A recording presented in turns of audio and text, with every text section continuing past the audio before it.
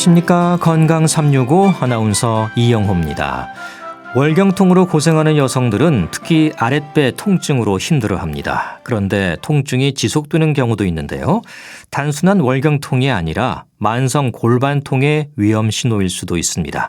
그리고 만성 골반 통증의 원인으로 골반 우렬 증후군이 지적되는데요. 울혈은 몸 안의 어떤 상태를 말하는 걸까요? 아랫배 통증과 함께 골반 주변으로 통증이 생기는 증상이 다른 질환과 혼동할 수 있는 부분은 없을까요? 오늘은 만성 골반통의 원인으로도 설명되는 골반 우렬 증후군에 대해서 알아보겠습니다. 건강 365 코요태의 만남으로 시작합니다. KBS 라디오 건강 365 함께하고 계십니다. 골반 울혈 증후군 들어보셨습니까? 울혈에 대한 이해도 필요할 것 같은데요. 이 골반으로 증상이 생기는 걸까요? 흔히 말하는 아랫배 통증이 증상일 수 있다고 하는데 만성 골반통의 원인 중 하나이기도 합니다. 골반 우렬 증후군, 경희대 한의대 한방여성의학센터 황덕상 교수에게 도움 말씀 듣겠습니다. 교수님 안녕하십니까? 네, 안녕하십니까? 네, 이름이 많이 생소합니다. 골반 울혈 증후군, 이 뭐 어떤 상태를 말하는 건가요? 네, 어떻게 보면 이제 잘 흔하게 접하기 쉽지 않은 그런 용어이긴 하는데요. 기본적으로 이제 골반 우렬 증후군은 말 그대로 이제 골반 안에 있는 피가 뭔가 뭉쳐있고 우렬이 돼 있다. 잘 흐르지 않고 가는 건데 결국은 이제 골반 안에 정맥 내에 피가 축적되면서 순환하지 않고 이게 오히려 넓어지면서 꼬이면서 여러 가지 이상한 통증이나 여러 가지 증상들을 만드는 것이라고 볼 수도 있는데요. 오히려 이제 흔하게 좀 듣는 분들은 이제 만성 골반통이라는 것들을 많이 들었을 수 있는데 이 골반 우렬 증후군은 만성 골반통의 원인 중에 하나로 어떤 만성 골반통이라고 하는 것이 치료도 하고 뭐 검사를 해봤는데 여러 가지 원인을 찾지 못하는 경우들 중에서는 오히려 이런 골반 우렬 증후군인 경우들도 있어서 처음부터 이걸 진단하는 건 아니고 치료를 하면서 오다 보니까 이런 것이 있어서 나타난 거고 이 골반 우렬 증후군이라는 것 자체도 1949년도 뭐 테일러가 막 처음 발견했다는 신조어로 테일러 증후군이라고 하는 것처럼 흔하게 알 수 있는 그런 질병은 아닙니다. 네, 흔한 건 아닌 거고요. 네. 아랫배, 특히 이제 한쪽 골반으로 통증이 이어진다고 들었습니다. 뭐 찌르듯이 아프다, 욱신거린다 이런 표현들을 많이 한다면서요? 네, 기본적으로 처음에 이제 흔하지 않지만 왜 이게 중요할 수 있느냐 그런 게 우리가 지금 골반이 아프다, 찌르듯 아프다, 욱신거리다는 것은 사실은 만성 골반통의 증상들이거든요. 근데 골반통이 있어서 치료를 하려고 검사를 다 받았는데 잘 모를 때 골반 우렬 증후군이 될 수 있기 때문에 이게 좀 중요한 거고 기본적으로 해부학적으로 이제 우리가 골반이라고 하면은 뭐 배꼽 아래에 또 복벽도 있고 그 옆에 붓도 있고 엉덩이 주변에 있는 근육도 있고 또 그 부분에 혈류순환이나 신경이 굉장히 다양하게 이렇게 지나는 부분들이 있는데 그런 부분들이 통증이 있어서 또는 생리와 무관하게 비주기적으로는 통증들 또는 뭔가 일상생활에 좀 어려움을 겪으면서 또 뭐 진통제를 먹거나 뭐 항생제를 먹거나 이렇게 치료를 하는데도 계속 욱신욱신하면서 불편한데 이런 것이 또 뭐 오래 앉아 있거나 하면 또 더 악화되는 경우도 있고 또 약해졌다가 또 심해지는 경우도 있고 이러한 여러 가지 나타날 때 이제 골반 우렬 증후군의 증상으로 볼 수 있습니다. 네, 이 골반 우렬 증후군으로 인한 증상을 보면 어떻습니까? 정도의 차이가 큰가요? 네, 기본적으로 만성 골반통이라고 하는 그런 증상들이 만성으로 가는 것들은 굉장히 좀 힘들게 하고 일상생활을 좀 어렵게 하는 경우들도 있고요. 그렇지만 또 만성이기 때문에 또 참고 어떻게 보면 좀 약해지는 경우들도 있는데 물론 이런 것들이 어떤 특정한 그런 상황에 따라서 더 심해지는 경우들도 있습니다. 예를 들면 어떻게 보면 좀 과로를 했다든지 뭐 오래 뭐 서 있었다든지 또는 뭐 스트레스를 받았다든지 또는 이제 뭐 갑자기 뭐 회음부를 압박받는 뭐 자전거나 오토바이나 이런 것을 좀 많이 탔다든지 또는 이제 뭐 출산 직후라든지 또 여러 가지 그런 상황에 따라서 다 나타나는데 오히려 이제 참을 수 있는 분들도 있지만 심하게 이것 때문에 뭐 여러 가지 검사도 다 하고 뭐 조영제도 검사하고 여러 가지 검사를 했을 때 잘 못 찾는 경우들도 있어서 어떤 통증의 양상도 좀 다르면서 오히려 좀 오래 고생할 수 있는 그런 병일 수도 있습니다. 네, 그 정확한 원인을 찾기가 쉽지 않을 수도 있다는 거군요. 네. 예, 그러다 보면 또 오랫동안 고생할 수도 있는 거고요. 울혈하면 그 골반 정맥 안에 피가 축적되면서 발생한다 이런 의미로 생각할 수 있을 것 같은데 원인이 뭔가요? 그렇죠. 기본적으로 골반 우렬 증후군은 말 그대로 우렬이 됐다. 혈관들이 골반에는 굉장히 교차로처럼 복잡하게 되어 있습니다. 예. 거기에 생긴 어떻게 쉽게 말하면 이제 교통체증이 생긴 거죠.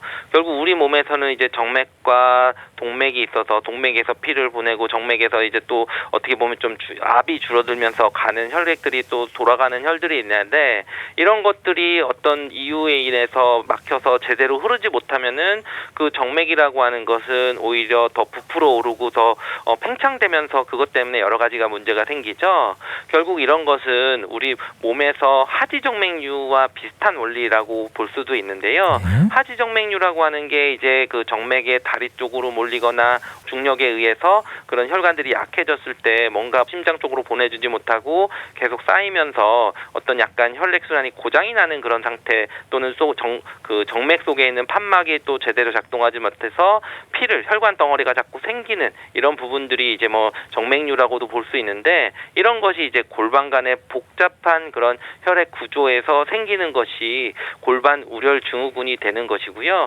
어떻게 말하면 쉽게 얘기하면은 굉장히 복잡한 골반 안의 혈류 교차로들이 막혀서 생기는 그런 우렬이 되는 걸로 인해서 그 옆에 통증도 올 수도 있고 또는 여러 가지 뭐 불편한 감이라든지 뭐 또는 비뇨생식기의 여러 가지 증상들이 같이 나타날 수 있는 것이 골반 우렬 증후군이라고 할 수 있습니다. 네, 결국은 이제 순환의 문제인 것 같습니다. 예, 그 이제 골반통 흔히 얘기하는 또 이 골반 우렬 증후군 하나의 이제 부분이라고 볼 수 있고 약간 좀 차이가 있는 거군요.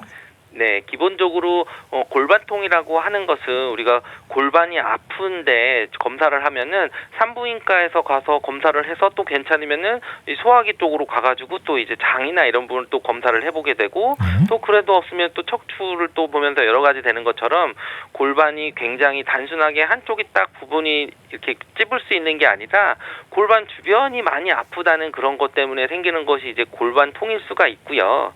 그렇지만 그 중에 하나인 골반 우렬 증후군은 분명히 이제 골반이 정맥들이 노창이 되고 뭔가 팽창이 되면서 여러 가지 뭐 그 부분이 눌러지면서 신경학적으로도 생기는 그런 부분들이 될 수가 있어서 서서히 좀 이제 시작이 되고 이제 그런 통증들이 오래 지속이 되는 걸 수가 있습니다.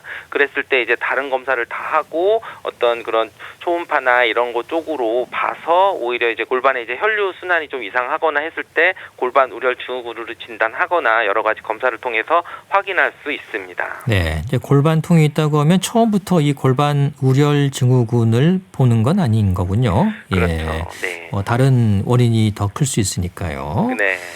방광염하고는 어떻습니까? 증상으로만 보면 좀 비슷해서 혼동할 수도 있을 것 같은데요. 그렇죠. 기본적으로 우리가 골반 안에 있는 자궁이 있고 또는 방광도 있고 직장도 있기 때문에 기본적으로 또 근육으로 이루어져 있는 부분들이 또 공통점들이 있고 되어 있고 또 통증이 우리가 방광과 골반 안에 있는 그런 강들에서 통증이 있을 때에는 혈류가 굉장히 복잡하다는 것 자체가 내가 꼭 집어서 그거를 찾을 수 우리가 느낄 수 있는 부분이 아니라서 통증이 있고 또는 골반 우렬 증후군이 있으면은 그런 소변의 불편감도 생길 수가 있어서 오히려 비슷한 그런 증상이 나타날 수가 있습니다.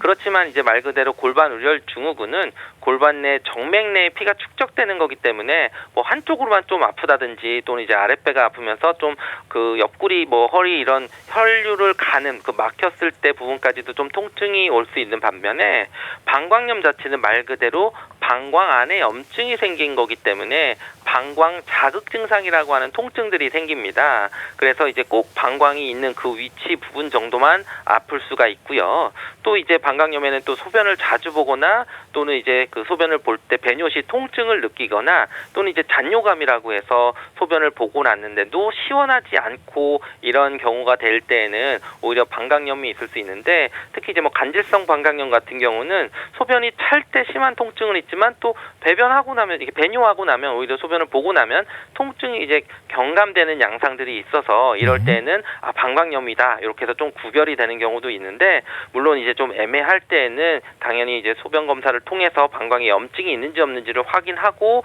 골반 우려열 증후군인지 이렇게 감별을 해야 되는 검사가 필요할 수도 있습니다. 네, 뭐 증상이 비슷한 듯 하지만은 분명히 다른 질환인 거고요. 네. 예, 검사를 해보면 대번에 뭐 구별을 할 수는 있겠네요. 네, 예. 그렇죠. 이 골반 우려열 증후군이 어떤 그 여성의 출산과도 연관이 있습니까? 그렇죠. 이 말 그대로 골반이 우려된다는 게 다시 말씀드리면 정맥에 있는 그런 판막들이 좀 느슨해지면서 제 역할을 하지 못하고 피가 머물어지면서 혈관도 늘어나고 피가 차는 증상이라고도 설명할 수 있거든요. 결국은 이제 임신이라고 하는 과정들은 우리 몸에서 체혈도 많이 늘어나고 또 이제 아기가 크면서 이제 자궁이 커지면서 어떻게 골반 쪽에 있는 혈관들을 굉장히 이제 누르면서 굉장히 혈류량도 많아지고 혈액순환이 좀 막아지게 되는 경우들이죠. 그렇기 때문에 뭐 당연히 임산부들은 어떻게 보면 이제 뭐 치질도 생기고 치액도 생기고 골반 쪽에 이제 그런 혈류들이 문제가 되는 것처럼 그게 이제 다른 쪽으로 와서 골반 강 안에 있는 그런 혈관들이 옳체된다면은 또 이럴 때 관여할 때 이제 여성 호르몬들의 영향도 또 많이 받게 되거든요. 그렇게 되면은 이제 출산하고 나서 오히려 골반 우려열 증후군이 더 생기거나 이런 영향을 받는 경우들이 많이 있습니다. 네. 또 이제 출산하는 과정에서도 또 우리 또 굉장히 높은 압력들이 작용을 하는데 그랬을 때 이제 혈관 손상이 있을 때에는 또 마찬가지로 이런 여러 가지 증상들이 생길 수가 있습니다. 네, 출산 후에도 생길 수가 있는 거군요. 네. 예. 아까 잠깐 말씀해 주셨습니다만 하지 정맥류 이게 있다면 골반 우려열 증후군의 위험이 높아질 수 있다고 하던데요. 네, 기본적으로 골반 우려열 증후군이 왜 생기는지에 대한 원인을 보면 하지 정맥류가 생기는 것과 비슷하게 정맥 안에 있는 그런 판막들이 약해지면서 말초에 이런 혈액순환들이 잘 안 되고 혈관이 자꾸 저체되는 그런 구조이기 때문에 그게 골반 안에 있는 정맥들에 일어난 것이 골반 우려열 증후군이고 기본적으로 하지 정맥류라고 하는 것은 다리 쪽에 있는 그런 중력을 많이 영향을 받는 그런 하지에 있는 그런 하지 정맥류가 생기는 것을 볼 수 있기 때문에 기본적으로 어느 정도 혈관이 우리 몸에서 전체적으로 다 순환이 되고 연결이 되어 있다는 관점에서 보면은 기본적으로 골반 우려열 증후군이 많이 생기는 분들이 하지 정맥류에도 좀 취약할 수 있고 많이 생길 수가 있습니다. 네, 그러니까 하지 정맥류와 발생 기전이 좀 비슷하다고 볼 수 있겠네요. 그렇죠. 골반 우려열 증후군도 물론 뭐 이유는 굉장히 복합적이지만 뭐 감염이 있다든지 어떤 수술이나 뭐 출산하면서 골반에 있는 혈류들이 굉장히 정체되고 정맥혈이 손상되고 또는 이제 오래 앉아 있거나 또는 뭐 심리적으로 스트레스를 받거나 이런 부분들에 있을 때 좀 생기는 혈관이 우려되는 정맥에 우려되는 그런 부분이라고 볼 수 있지만 마찬가지로 이제 하지 정맥류도 굉장히 오래 서 있거나 다리를 많이 쓰거나 또는 중력에 굉장히 영향을 받는 그런 직업이 있을 때 하지 쪽으로 많이 생길 수 있는데요. 결국 이제 한의학에서도 보면은 결국 이런 우려이라고 하는 게 어혈이라는 범주, 뭔가 순환이 잘 되지 않아서 정체되는 혈액이라고 보는데요. 네. 결국 이제 하지정맥류나 골반 우려열 중이나 한의학에서도 기본적으로 어혈이라는 범주 안에서 똑같이 혈액순환이 잘 안 되기 때문에 이게 어느 부위에서 안 되느냐에 따라서 더 그게 심하게 나타날 수 있다고 보고 있습니다. 네, 어쨌든 이 순환이 잘 안 되는 거고 그 부위가 어디냐에 따라서 이게 하지 정맥류일 수도 있고 또 골반 우려열 증후군일 수도 있고 네. 예, 발생 기전은 아무튼 비슷하다 이렇게 볼 수 있겠네요. 병원을 찾아오시는 분들은 어떤 말씀을 많이 하시나요? 좀 참다가 오시는 분들도 많이 계실 것 같은데. 네, 기본적으로 골반 우려열 증후군입니다라고 오는 사람은 없죠. 그렇겠죠. 그렇지만 네. 만성 골반통, 기본적으로 골반통이라고 하는 것은 심하게 뭐 이제 월경통처럼 오는 것은 아니지만 월경기도 아닌데 배가 뭐 욱신욱신 아프다든지 또는 이게 허리가 아픈 것 같지만 허리를 쓸 때나 움직일 때 아픈 게 아니라 또 쉬고 있으면서도 좀 아플 수도 있는 거고 또는 이제 뭐 다리나 또는 뭐 이런 통증이 오면서 비정상적인 통증이 오게 되는데 그러면서 이제 아랫배, 복주, 압축이나 또는 이제 치골결합이라고 하는 기본 골반 쪽을 이루고 있는 부분들이나 또는 심한 경우는 다리 쪽으로 산통이라 그래서 다리 그 대퇴골관절이나 이런 쪽까지도 이제 그 좀 내려앉거나 하는 통증들 이런 것들이 뭐 오히려 통증이 있고 또 이런 것들이 월경 변화나 또는 소변 변화 또는 막 이러면서 어지럽고 피곤하고 뭐 굉장히 컨디션도 나쁘고 소화장애나 변비나 설사나 이런 것들도 뭐 같이 오게 되면서 굉장히 스트레스를 많이 받게 되는 쪽으로 왔는데, 그런데 기본적으로 이런 증상으로 어떤 산부인과를 가서 치료를 하고 또는 어떤 다른 내과를 가서 했는데도 잘 원인을 모르고 또 치료를 했는데도 뭔가 증상이 지속됐을 때, 그랬을 때 이런 골반 우려혈 증후군을 의심을 해보면서 이제 이런 쪽으로 치료를 했을 때 효과가 있거나 또 감별이 되는 경우들이 있습니다. 네. 그러니까 처음에는 이제 골반 쪽에 불편을 느끼고 통증이 있으니까 찾아오시는 거고요. 예.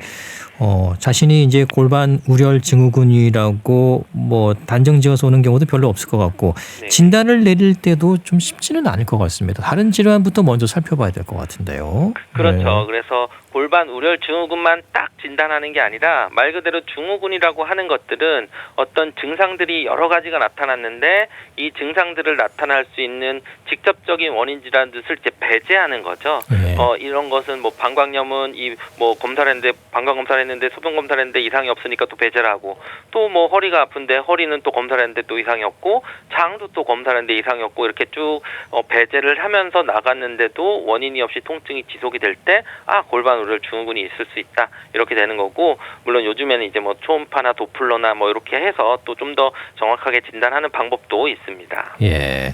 어떤 여러 질환들과 좀 혼동할 수 있는 병이 되겠고요. 앞서 말씀해 주셨듯이 이제 만성 골반통의 원인이기도 하잖아요. 예.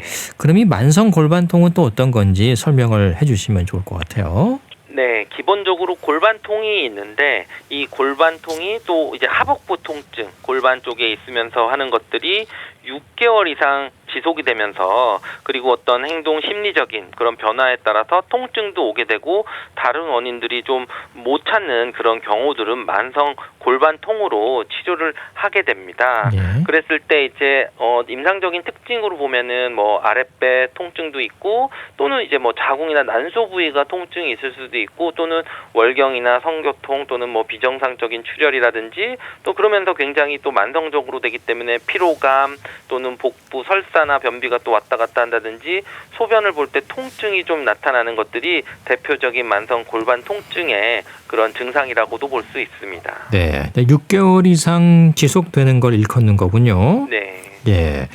그러니까 골반 이 혈관 우려로 인한 통증이 만성 골반통을 일으킨다, 이렇게 볼 수도 있겠는데요. 네, 그 만성 골반통의 원인을 이제 살펴보면은 어떻게 보면 여러 가지 그런 증상들이 있는데, 물론 이제 골반 우려혈 증후군도 한 가지 이제 여성 부인과적인 그런 만성 골반통의 원인일 수도 있고요. 예. 그리고 이제 가장 흔한 것 중에 이제 만성 골반 통증의 원인 중에 하나는 자궁 내막증이라고 하는 그런 질환이 있는데, 예. 자궁 내막증이라는 것은 말 그대로 자궁 내막 조직이 자궁 내에만 있는 것이 아니라 뭐 대장 옆에도 있고 뭐 또는 자궁 옆에 있는 인대에도 붙어 있고 다양하게 붙어 있게 되는데, 이랬을 때 문제는 생리 주기 호르몬 변화에 따라서 반응하지 않아야 될 곳에서 오히려 반응이 되면서 염증이 생기거나 통증을 유발해서 전혀 다른 부분에 통증이 있게 되는 게 이제 자궁 내막증이 될 수도 있고요.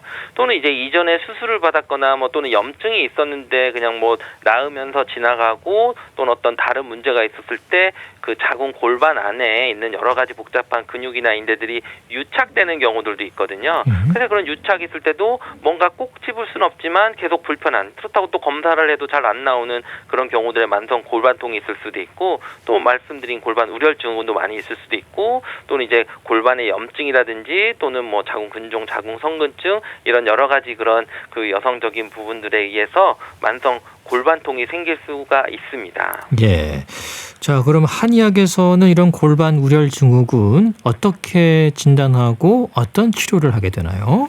네, 말 그대로 이제 골반 우려혈 증후군의 이름이 딱 우려혈이니까 예. 이것은 어떻게 보면 울체된다. 한의학에서 가장 중요하게 생각하는 게 기혈이 순환이 안 된다, 울체됐다, 우라병, 이런 얘기를 많이 하지 않습니까? 결국은 피가 울체돼 있는 거의 개념은 어혈의 병기, 우리가 피가 돌지 않는 뭐가 뭉쳐져 있고 나쁜 피가 돌지 않는 그런 어혈의 병기로 기본으로 얘기를 하면서, 근데 이것이 이렇게 정맥이 노창되고 부풀어 오르고 버텨주지 못하는 것이기 때문에 기운이 부족한 기허의 개념으로 해서 크게 보면은 두 가지, 피는 돌지 않으면서 혈관을 튼튼하게 잡아줄 수 있는 기운이 없는 기허를 기본적인 병증으로 보게 됩니다. 예. 그렇기 때문에 한의학에서 이런 골반 우려증을 치료할 때는 물론 이제 어혈이 심할 때는 피를 잘 돌게 해줄 수 있는 그런 어혈지제를 쓰거나 또는 혈액순환이 잘 되는 쪽의 그런 약재들을 쓸 수도 있고요. 그러면서 또 이제 기허의 증상이라고 하면은 기운이 있어서 혈관이 이제 튼튼하게 잡아주고 오히려 피도 쫙쫙 잘 보내주는 그런 보기시켜주는 그런 약재도 같이 써야 되는 부분도 있으면서, 또 이제 골반 우려증이 기본적으로 심리적이거나 스트레스를 받거나 이런 거에도 좀 증상에 취약할 수 있기 때문에 그런 긴장을 완화시켜주는 그런 쪽으로 치료를 해서 우리가 뭐 어혈형이냐 또는 뭐 습혈형이냐 또는 간신 허 쪽의 형이냐 해서 여러 가지 변증을 통해서 그것에 맞게 뭐 한약이나 뭐 침이나 또는 뭐 약침이나 뭐 다른 치료들도 순화나 같이 해서 기본적으로 골반 혈류를 좀 개선을 시켜서 정맥이나 혈액순환에 부담이 없게 그런 증상 완화를 치료를 해주는 것에 목표를 하고 있습니다. 예, 그 어혈을 일단 풀어주는 게 주 목적이 되겠네요. 네. 예, 말씀해 주신 그런 약재들을 사용하게 되고 침 치료는 어떻습니까? 네, 기본적으로 우리가 어혈이라고 하는 것은 한약을 통해서 피를 좀 풀어주는 부분도 있지만 국소적으로 이제 통증에 있어서의 완화시켜주는 것은 이제 침 치료가 가장 도움이 될 수도 있고, 침을 놓으면 이제 국소적으로 뭐 혈액순환이 도와지거나 뭐 근육을 이완시켜주는 부분도 있고, 또 요즘에는 신경학적으로도 이제 엔돌핀이나 어떤 진통 효과를 내는 그런 부분들 또는 이제 통증을 가는 통로들을 좀 이제 막아주는 게이트 컨트롤 시어리라고 해서 어떤 그러한 이론을 통해서 이제 통증 부분을 치료를 하는 부분이 있습니다. 그래서 기본적으로 골반 의렬 증후군도 여러 가지 증상이 있지만 통증이나 이런 것이 조금 제일 중요하게 좀 치료가 돼야 되는 부분이 있기 때문에 침 치료나 이런 걸 해서 일단 통증을 좀 줄여줄 수가 있고, 그리고 또 기본적으로 혈류순환이 좀 잘 이루어지면서 혈관도 튼튼하게 하게 되는 것이 조금 더 이제 장기적으로 치료를 하는 그런 방법이 될 수 있습니다. 네, 일단 침 치료 등을 통해서 또 순환을 원활하게 시켜주고요. 뭐 다른 뭐 뜸이나 이런 방법들도 할 수 있을까요? 네. 기본적으로는 이제 뜸 치료를 하는 것도 국소적인 혈류순환이나 이런 부분으로 굉장히 좀 원활하게 할 수가 있는 것이고요. 예. 그리고 이제 특히 이제 어혈이라고 하는 것들이 피가 잘 뭉치는데 이런 것들이 단순히 이제 뭐 염증이나 이런 개념보다는 뭔가 혈액이 잘 돌지 않을 때는 이제 뜸 치료를 해서 아랫배 쪽으로 하거나 했을 때 오히려 혈액순환도 잘 되고 통증을 완화시켜주고 또 생리주기도 좀 개선을 시키는 그런 효과도 노릴 수 있습니다. 예, 그 예방을 위해서 자세도 중요하다고 하던데요. 어떤 자세가 위험을 높일까요? 네, 기본적으로 골반 우려증후군은 정맥이 골반 주변에 있는 정맥이 약해지는 근육이 약해지는 거기 때문에 가장 기본적으로는 골반이 너무 뭉쳐져 있거나 오래 앉아 있거나 한 자세로 있거나 또는 뭐 자전거를 타거나 너무 이렇게 오토바이를 타거나 너무 골반을 자극을 주는 그런 자세들이 피하는 것이 굉장히 중요하고요. 예. 그렇기 때문에 평소에 휴식을 취할 때는 이제 스트레칭이나 온찜질이나 또는 골반 주변을 풀어주면서 이제 양쪽 다리 근육들이나 이런 부분까지도 원활하게 해주는 것이 중요하고요. 그리고 기본적으로 이제 우리가 골반을 이루고 있는 밑에 있는 부분에 있는 근육들, 아래쪽에 있는 근육들을 강화시켜주는 운동인데, 흔하게 잘 아시겠지만 뭐 케겔 운동이라고 하는, 우리가 뭐 12초 동안 이렇게 힘을 딱 참아서 어떤 항문을 수축시키면서 그 골반저에 있는 근육을 긴장하게 했다가 다시 또 이완하게 했다가 이런 것을 이제 반복하는 식으로 해서 이 골반저 근육을 수축시켰다 이완하겠다 하는 것을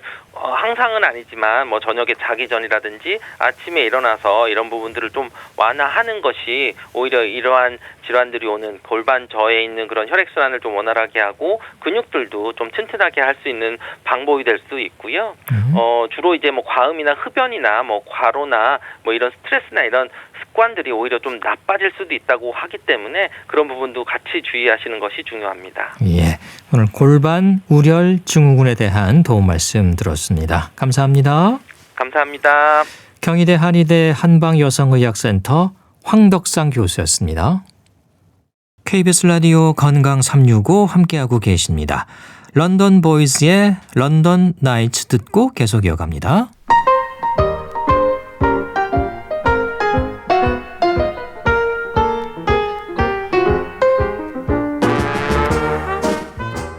건강한 하루의 시작.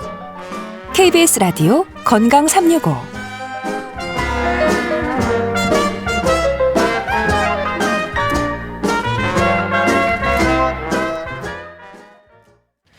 KBS 라디오 건강 365 함께하고 계십니다. 주말의 건강 책 정보 북칼럼니스트 홍순철 씨 함께합니다. 안녕하십니까? 네, 안녕하세요. 네, 오늘은 또 어떤 책을 소개해 주실까요? 책의 제목이 열린 마음, 네, 오픈 마인드. 네. 네, 어떤 책인가요? 책의 제목이 오픈입니다. 오픈. 예. 열자라는 거죠. 네. 이 책은 부제가 이렇게 적혀 있어요. 불안과 두려움에서 자유로워지는 마음 훈련이라는 건데요. 요즘 산만한 정신, 집중력 저하, 또 부족한 시간, 또 조절되지 않는 충동, 도파민 때문에 여러 중독 때문에 고민이 된다라는 분들이 많이 계십니다. 예. 이 책은요, 다침이야말로 근본적인 문제다라고 설명을 하고 있어요. 그러면서 오픈이라고 하는 책의 제목을 소개하고 있는데 너무 많은 것에 연결될 수 있는 사회에 우리가 지금 살고 있는 것처럼 보이지만 사람들이 지금 역설적으로 서로에게 마음의 문을 닫고 있다. 그리고 자신이 경험할 수 있는 삶의 공간을 축소하고 있다라고 책은 지적하고 있습니다. 모두 자기만의 가상 공간, 안락한 세계 속으로 빠져들고 문을 닫고 있다라고 설명하고 있는데요. 저자인 네이트 클램프라고 하는 분은 미국의 스탠퍼드 대학교와 프린스턴 대학교에서 철학을 공부한 후에 교수로 일을 했습니다. 네. 그러다가 번아웃을 경험한 뒤에 거의 이 죽음의 두려움까지 느꼈다고 그래요. 네. 그래서 지금은 마음 수련가의 길을 선택했는데요. 반복적인 훈련과 수련을 하고 있음에도 불구하고 자신의 마음이 열리는 게 아니라 자꾸만 닫힘 상태로 치닫는 것을 경험했다고 그럽니다. 책에 보면 그런 문제를 해결하기 위해서 자기 자신을 상대로 실험했던 진지하고 유쾌한 변화의 과정들이 함께 소개가 되고 있는데요. 전통적인 심리학, 최신 뇌과학, 그리고 다양한 철학 이론들을 바탕으로 단절되고 고립되는, 그래서 불안해지고 있는 현대인들의 문제가 어디에 있는지, 그 위험성은 얼마나 대단한지 경고하고 있는데요. 이 외부 세계에 대한 부담을 단순히 피로감으로만 치부할 수 없는 이유가 무엇인지, 무엇보다 무엇이 우리를 닫고 있는지, 닫히게 하는지, 그리고 강박 상태로 몰고 있는지를 책은 추적하고 있는 겁니다. 예, 어떤 상황이 우리를 이런 다침과 강박의 상태로 몰아넣고 있는지를 생각해야 한다는 건데 사실 그것조차 인식을 못하고 사는 경우가 많죠. 그렇습니다. 당연하게 생각을 하고 있어요. 하지만 가만히 생각해 보면 우리의 일상이 그래서는 안 되거든요. 예. 예를 들자면 새벽부터 밤늦게까지 계속해서 울리는 알람. 일단 아침에 나를 깨우는 알람, 그리고 1시간 뒤에 회의가 있다는 알람, 예. 여러 가지 알람들이 우리를 괴롭히고 있습니다. 그리고 메일 하면은 읽지 않은 메일들이 가득 차 있어요. 이걸 읽어야 하는데라는 강박에 사로잡혀 있습니다. 그리고 요즘은 알고리즘이 자꾸만 뭔가를 보라고 자극적인 컨텐츠를 추천을 해줍니다. 예. 가짜뉴스가 우리를 선동하고 있어요. 이게 어찌 보면 우리가 매일 마주하고 있는 일상의 풍경들인데요. 이런 것들 외에도 직장에서, 가정에서, 학교에서 사실 불편한 감정, 그리고 견디기 어려운 상황들이 있지만 이런 것들을 쉽게 차단하거나 외면하지 못하고 있다는 거죠. 저자는 바로 이러한 상태가 닫힘의 상태다라고 이야기합니다. 그리고 닫힘에 대한 해결책은 반대로 열림이다라고 이야기를 하고 있는데요. 책을 통해서 저자가 불안과 두려움으로부터 자유로워지는 마음 훈련을 알려주고 있는데 이게 바로 열림의 방법이라고 하는 겁니다. 저자는 쉬운 설명을 통해서 닫힘이라고 하는 게 마치 호텔 스위트룸에 있는 것과 마찬가지라고 이야기해요. 좋은 데 아닙니까? 어떤 분들은 그런 생각 하실 수가 있습니다. 예. 호텔 스위트룸에 잠깐만이라도 있으면 좋을 텐데. 근데 우리의 24시간, 아니 일주일, 한 달 내내 호텔 스위트룸에 갇혀 있다고 한번 생각을 해보시죠. 네. 물론 안에 있으면 편해요. 무료 와이파이, 수천 개의 케이블 채널, 또 막 욕조에는 향기로운 향기가 나오고 부드러운 목욕 가운, 슬리퍼, 미니바까지 다 있는 것처럼 보입니다. 예. 근데 한 가지가 없다면 여기에 갇혀 있으면 밖으로 나가고 싶은 마음이 안 생긴다라는 거죠. 아늑한 쾌락에 우리에 갇혀 있는 그 우리의 모습, 광활한 세상을 탐험해야 되는데 그 문 밖으로 나갈 자유가 사라지게 된다는 겁니다. 이게 바로 지금 우리의 모습인데요. 디지털 중독. 이 디지털 세계가 마치 호텔의 스위트룸 같은 환경들을 우리에게 만들어주고 있어요. 이것이 우리의 다침 충동을 부추기고 있다는 겁니다. 네. 사람들은 현실의 문제, 부딪혀야 되는 사건들, 친구들을 만나서 해결해야 되는 것들이 있는데 다 그런 것들을 외면하고 계속해서 자기 안으로 갇혀서 스크린 속에 빠져들어서 지금 이 순간이 아닌 가상세계에 머무르고자 한다는 겁니다. 예. 그곳에서 제공되는 편향되고 왜곡된 정보, 마치 전부인 것처럼 보이고 우리를 안락한 곳으로 이끄는 것처럼 보이지만 사실 우리는 그것들에 의해서 편협한 사람들이 되어가고 있고 마음이 다쳐가고 있다는 겁니다. 네. 무엇보다 우리 사회가 양극화되고 있는 것 역시도 이 다침 때문에 발생하게 되는데요. 예, 맞아요. 우리가 내면 세계와 외부 세계 모두에 마음이 다칠 수밖에 없도록 지금 이런 상황들이 조성되어 있기 때문에 저자는 이에 반대하는 열림의 환경들을 만들어야 한다라고 이야기하고 있는 겁니다. 네, 많은 분들이 여기에 아마 동의하실 것 같아요. 예, 너무 또 편하기도 하고 그 세계에서 또 갈등이 더 커지고 또 그렇죠. 익명성이라는 아래에서 또 막대하게 되는 경우도 있잖아요. 예. 맞습니다. 디지털 중독이 이런 다침의 충동을 부추긴다. 그런 얘기인데요. 좀 소통을 바라는 마음인 우리 사회 모두가 갖고 있어요. 그렇습니다. 사실 인간은 상당히 편협해요. 그렇기 때문에 더 열림 쪽으로 적극적인 행동을 취해야만 합니다. 책에 보면 하버드 대학교의 캐선스타인 교수 연구팀이 진행했던 실험이 소개가 되고 있는데요. 전통적인 민주당 지지자들 그리고 공화당 지지자들 이렇게 구성된 두 그룹에게 토론을 하도록 했어요. 네. 동성 결혼, 차별 철폐, 지구 온난화 상당히 예민한 주제죠. 이걸 가지고 지지자들로 구성된 그 그룹에게 토론을 하도록 했습니다. 한쪽은 민주당 지지자들, 한쪽은 공화당 지지자들이었어요. 그리고 토론 15분 전과 토론 15분 후에 의견이 어떻게 변했는지 추적 관찰하도록 했습니다. 연구팀은 토론을 하고 난 뒤에 그 사람들이 더욱더 극단적이 됐다라는 결과를 내놓았습니다. 예. 그러니까 오히려 같은 견해를 갖고 있는 사람들이 서로 토론하고 이야기할 때 생각이 더 극단으로 치우치고 급진적으로 변하더라라는 걸 실험을 통해 증명했다라는 거죠. 예. 지난 20년 동안 스마트폰과 각종 소셜미디어가 등장하고 지금 오히려 분열의 문화가 사회 곳곳으로 확산하고 있다는 겁니다. 양극화는 더 이상 정치인들의 전유물이 아니고 사회 곳곳에서 가족이나 학교에서 나타나고 있는 상황이라는 겁니다. 정치적인 야욕을 가진 극단주의적 세력에 의해서 일반 사람들의 생각들이 자꾸만 세뇌당하고 있고 상대를 공격의 대상으로 삼고 있고 상대를 이겨야 결국 내가 성공하고 행복해질 수 있다고 믿게 만들고 있다. 이거 역시 다침이라고 하는 문화가 만들어가고 있는 부정적인 폐단이다라고 설명하고 있습니다. 네. 그 열린 마음이 중요하다는 건 다 아는데 또 현실은 자꾸 마음을 닫게 되는 것 같습니다. 또 이게 문제이지 않나 싶어요. 그렇습니다. 그런데 사실 우리에게는 다침과 열림의 충동이 동시에 존재합니다. 비교 심리학자인 슈네일이라고 하는 사람이 개미부터 사람에 이르기까지 모든 생명체에게는 새로운 경험에 앞서서 접근과 후퇴라고 하는 두 가지 행동을 번갈아 시행하는 그러니까 마음을 열어 확장하거나 아니면 마음을 닫고 후퇴하는 열림과 닫힘의 충동을 동시에 갖고 있다는 걸 확인을 했어요.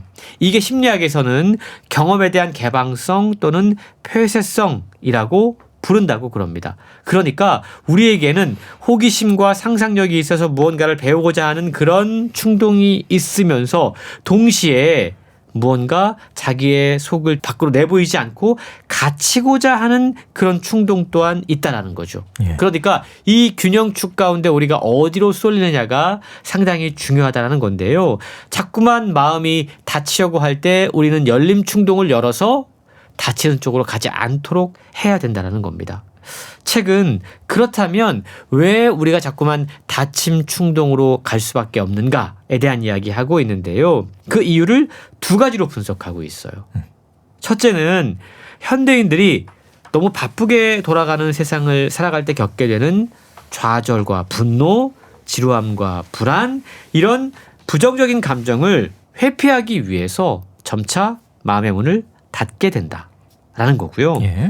두 번째 닫힘 충동의 이유는 정치나 종교, 사회 문제들에 대해서 서로 다른 신념을 갖고 있는 사람들이 서로를 비난하거나 서로 적으로 규정하는 분위기 그리고 이런 사회 환경이 사람들로 하여금 마음의 문을 닫도록 하고 있다라고 이야기하고 있는데요. 마음의 문이 닫혀 있으면 불편한 생각, 감정, 느낌, 감각이 자꾸만 우리를 움츠러들게 만들고 후퇴하는 태도를 갖게 되고 개방성에 대한 마음의 문을 닫게 하고 강박적인 행동, 집중력을 떨어뜨리는 행동을 하게 한다라는 겁니다. 방 안에 갇힌 좁은 마음이나 느낌을 갖는 것이 닫힘 충동의 일반적인 현상이라는 것이죠. 네. 내 상태는 어떤지도 좀 살펴봐야겠어요. 그렇습니다. 책에 보면요. 뇌과학자들의 연구 결과가 소개가 되고 있는데 뇌과학자들은 지금 저자가 이야기하고 있는 이러한 닫힘 충동 이런 마음의 상태를 디폴트 모드 네트워크라고 설명한다고 그래요. 예. 이게 뭐냐 하면 목적 없는 과거를 회상하거나 미래를 염려하는 반복적인 생각을 의미를 합니다.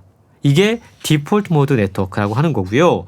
반대로 마음이 열린 상태에서는 메타 인식을 경험한다고 그럽니다. 이 메타 인식 조금 용어가 어려울 예. 수 있는데 이게 어떤 거냐면 내가 지금 어떤 생각인지 내가 지금 어떤 느낌인지 어떠한 감각인지를 내가 스스로 이해하고 자각하는 겁니다. 예를 들어서 공포 영화를 보고 있을 때 영화에 빠져들어서 자신도 모르게 두려움과 공포감을 느끼지만 만약 이때 메타 인식을 갖게 되면 아, 지금 내가 보고 있는 건 영화야. 이건 실제가 아니야. 라고 생각할 수 있다는 거죠. 인식할 수 있다는 겁니다. 그러니까 지나친 공포 속으로 빠져들지 않을 수 있다는 건데요. 이렇게 메타 인식이 중요한 이유는 부정적인 감정이나 부정적인 생각의 상태에 빠져들게 될 때 아, 내 객관적인 상황은 이 감정에 함몰될 이유가 없는 상황이야 라고 빠져나올 수 있다는 겁니다. 예. 이 메타 인식이 되면 열림의 상태가 되고 생각의 초점이 바뀔 수 있다. 라고 저자는 설명하고 있습니다. 예. 그 마음이 열린 상태에서는 이제 메타 인식 이걸 경험하게 된다는 건데 그것도 좀 훈련이 필요한 부분이겠죠? 그렇습니다. 저자가 마음 수련가라고 말씀을 드렸잖아요. 네. 이제는 마음을 여는 오픈의 방법에 대한 이야기를 좀 소개를 해드리려고 합니다. 책은 열림 명상이라고 하는 방법을 이야기를 해요. 명상 그러면 어떤 종교적인 행위를 생각할 수 있는데 저자는 그렇지 않다라고 이야기합니다. 명상에 많은 종류가 있지만 책은 세 가지 범주로 이야기를 해요. 예. 첫 번째가 마음 챙김 집중 수행입니다. 요즘 아마 마음 챙김 많이 들어보셨을 텐데 예. 분주한 생각을 하나의 대상으로 가져와서 지금 여기에 집중하는 가장 최근 유행하는 게 이 마인드풀니스 마음 챙김 명상이라는 거죠. 두 번째 명상이 있는데 이건 자애 수행, 연민 수행이라고 부른다고 그래요. 자애로움에 집중하는 겁니다. 그래서 앉아 있거나 누워 있거나 혹은 어떤 행위를 할 때 눈을 감은 다음에 내 자신이 얼마나 소중한 사람인지 그리고 가족의 건강이라든가 안녕이라든가 이런 것들을 기도하는 마음을 갖는 겁니다. 이게 바로 자해 수행, 명상 수행인데요. 우리가 이제 명상이라는 표현을 쓰고 있지만 사실 두 번째 건 기도하는 마음을 갖는다라고 이해해도 좋을 것 같습니다. 이런 명상의 방법들을 통해서 위스콘신 대학교 메디슨 캠퍼스 연구팀의 실험 결과에 따르면 뇌에서 공격성이 줄어든다고 그래요. 네. 그리고 불안에 관여하는 편도체의 활성화가 감소된다고 그럽니다. 이타심이 증가된다고 그래요. 이러한 방식으로 우리는 자해 수행을 할 수 있다는 거죠. 명상 수행의 세 번째 방법이 책에서 강조하고 있는 열림 명상이라고 하는 겁니다. 이건 첫 번째가 한 가지에 집중하는 거라고 말씀을 드렸잖아요. 마인드풀니스가. 열림 명상은 집중하지 않고 마음의 크기를 반대로 확장하는 거라고 그래요. 다른 명상 수행과는 좀 다르게 눈을 뜨고 호흡에 집중하고 시작한다고 그럽니다. 마음이 차분해지면 시야와 몸의 감각을 확장시킨다고 그래요. 이러한 열림 수행은 마치 마음의 조리개를 넓히는 거고 알아차림의 빛을 시각과 청각 등으로 뭔가 생각으로 이렇게 비추는 것이라고 이야기할 수 있는데 좀 쉽게 설명하자면 마음 챙김 명상이 손전등을 가지고 어떤 부분에 주목하는 거라면 열림 수행은 투광등, 이건 넓게 비추는 등입니다. 이걸 통해서 넓게 시야를 확장하는 것이다 라고 이해하시면 좋을 것 같은데, 그래서 마음 챙김 수행과 열림 수행이 서로 경쟁 관계가 아니고 풍성한 삶을 만들어가는데 큰 도움을 줄 수 있다라고 설명하고 있는 겁니다. 네. 또 명상하면 눈을 감고 하는 걸 떠올리는데 이 열림 명상은 눈을 뜨고 하는 거네요. 그렇습니다. 예, 눈을 뜨고 호흡에 집중하는 이 열림 명상도 한번 연습해 보면 좋겠습니다. 그렇습니다. 이 명상이라고 하는 건 어떤 식으로든 마음을 집중하고 현재에 충실하는 그런 시간을 가져보는 건데요. 예. 열림 명상은 집중하는 것이 아니라 확장하는 것이라고 말씀을 드렸습니다. 마음의 크기를 확장하는 것. 이게 사소해 보일 수 있지만 우리의 삶을 완전히 바꿀 수 있다라고 책은 설명하고 있는데, 열림이 가져다 세계에 대해서 저자는 이렇게 이야기하고 있어요. 삶의 마음 문을 열면 우린 더 이상 내면의 생각에 갇혀있지도 미쳐 돌아가는 외부 세상과 싸우는데 골몰하지도 않는다. 우리는 서로 연결된다. 삶과 마음은 서로 점점 커진다. 더 많은 공간, 더 많은 관점, 더 많은 가능성이 생겨나고 비로소 진정한 자유가 찾아온다라고 설명하고 있는데요. 네. 우리는 현대인들은 살아가면서 사실 자기 자신에게 집중하는 경우가 되게 많아요. 그런데 열림 명상을 통해서 내가 아닌 타인으로 시야를 확장해보고 또 내 가정이 아닌 타인의 가정으로 시야를 확장해보고 관점을 확장해보고 이러는 동안 우리는 닫혀있는 상태에서 열린 상태로 우리의 마음과 생각을 전환할 수 있다는 겁니다. 우리가 살고 있는 이 소란스럽고 산만한 세상에서 자꾸만 조급해지는 이 마음을 고요하게 좀 유지해보고 싶은 사람들, 그리고 다양한 중독의 문제 때문에 어떻게 해야 될지 고민하고 있는 분들은 이 책을 통해서 열림 명상이라고 하는 방법을 만나봤으면 좋겠습니다. 그걸 예. 통해서 우리의 삶이 획기적으로 변할 것이다 라고 책은 이야기하고 있습니다. 예, 열림 명상. 네, 그리고 좀 이 디지털 세상에서 좀 벗어나서 조금 좀 아날로그에 좀 더 가까워지는 그런 시간을 더 많이 가졌으면 하는 생각도 해봅니다. 자, 오늘 함께한 책 오픈 열린 마음이었습니다. 잘 들었습니다. 고맙습니다. 고맙습니다. 북칼럼니스트 홍순철 씨였습니다. KBS 라디오 건강 365 해바라기에 시들은 꽃 들으면서 모두 마치겠습니다. 아나운서 이영호였습니다. 고맙습니다. 때 없이